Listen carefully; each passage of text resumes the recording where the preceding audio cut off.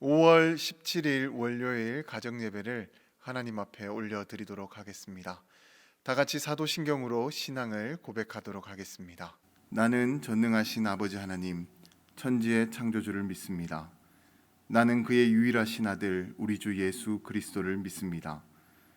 그는 성령으로 잉태되어 동정녀 마리아에게서 나시고 본디오 빌라도에게 고난을 받아 십자가에 못 박혀 죽으시고 장사된 지 사흘 만에 죽은 자 가운데서 다시 살아나셨으며 하늘에 오르시어 전능하신 아버지 하나님 우편에 앉아 계시다가 거기로부터 살아있는 자와 죽은 자를 심판하러 오십니다. 나는 성령을 믿으며 거룩한 공교회와 성도의 교제와 죄를 용서받는 것과 몸의 부활과 영생을 믿습니다. 아멘. 다 같이 복음성가 여호와 우리 주여를 함께 부르도록 하겠습니다.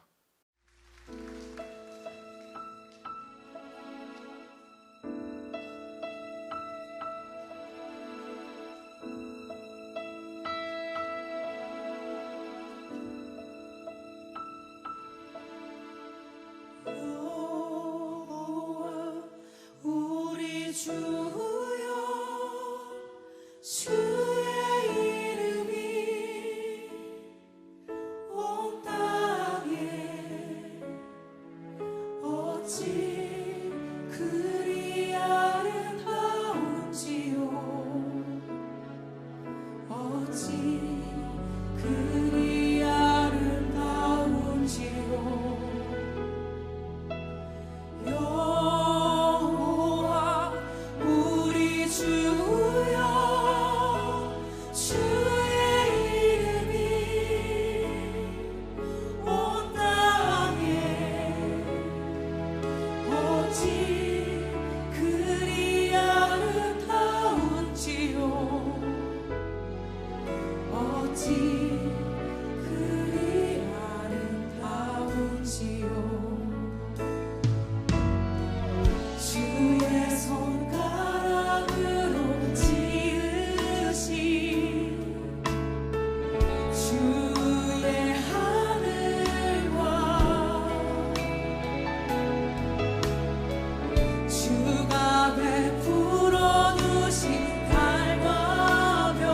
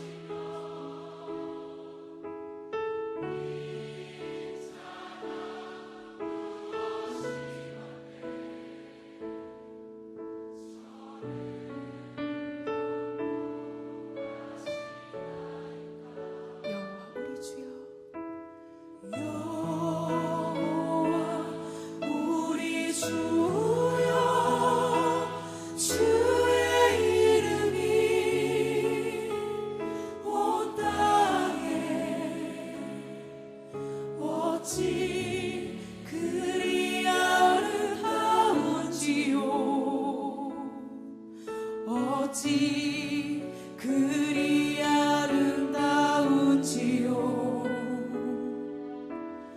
여호와 우리 주여, 주의 이름이 온 땅에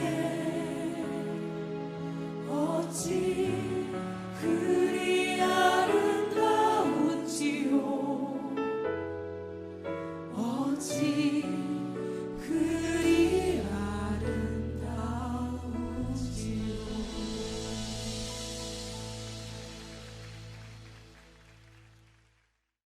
오늘 우리 가정에게 허락하신 하나님의 말씀은 잠언 9장 10절의 말씀입니다. 여호와를 경외하는 것이 지혜의 근본이요 거룩하신 자를 아는 것이 명철이니라.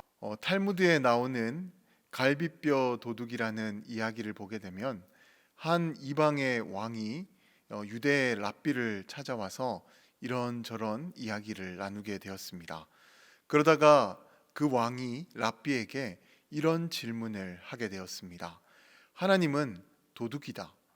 어째서 남자가 잠들고 있는 사이에 남자의 허락도 받지 않고 어떻게 그의 갈비뼈를 빼낼 수가 있단 말인가? 그 왕은 창세기에 나오는 내용 중에 하나님께서 이 아담의 갈비뼈로 이 여자를 만들었다라는 그 이야기로 괜히 트집을 잡고 있었던 것입니다. 그때 랍비가 왕에게 이렇게 이야기를 했습니다. 왕이시여, 당신의 부하 한 사람만 빌려주십시오. 지난밤에 저희 집에 조금 곤란한 문제가 생겨서 그것을 조사하는데 쓰려고 합니다. 그러자 왕은 랍비에게 구체적으로 무슨 일이었는지를 물어보게 되었습니다. 그때 랍비는 이렇게 대답을 했습니다.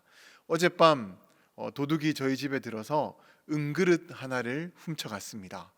그런데 그 대신에 그는 값비싼 금그릇 하나를 두고 갔습니다. 도둑이 어째서 그렇게 했는지를 조사하고 싶어서 그렇습니다. 라고 그렇게 대답을 했습니다. 왕은 랍비의 그 말을 듣고는 이렇게 또 대답을 했습니다. 그거 참 부럽구나. 그런 도둑이라면 우리 집에도 왔으면 좋겠구나. 그러자 랍비는 이때 이렇게 말을 했습니다. 네, 맞습니다.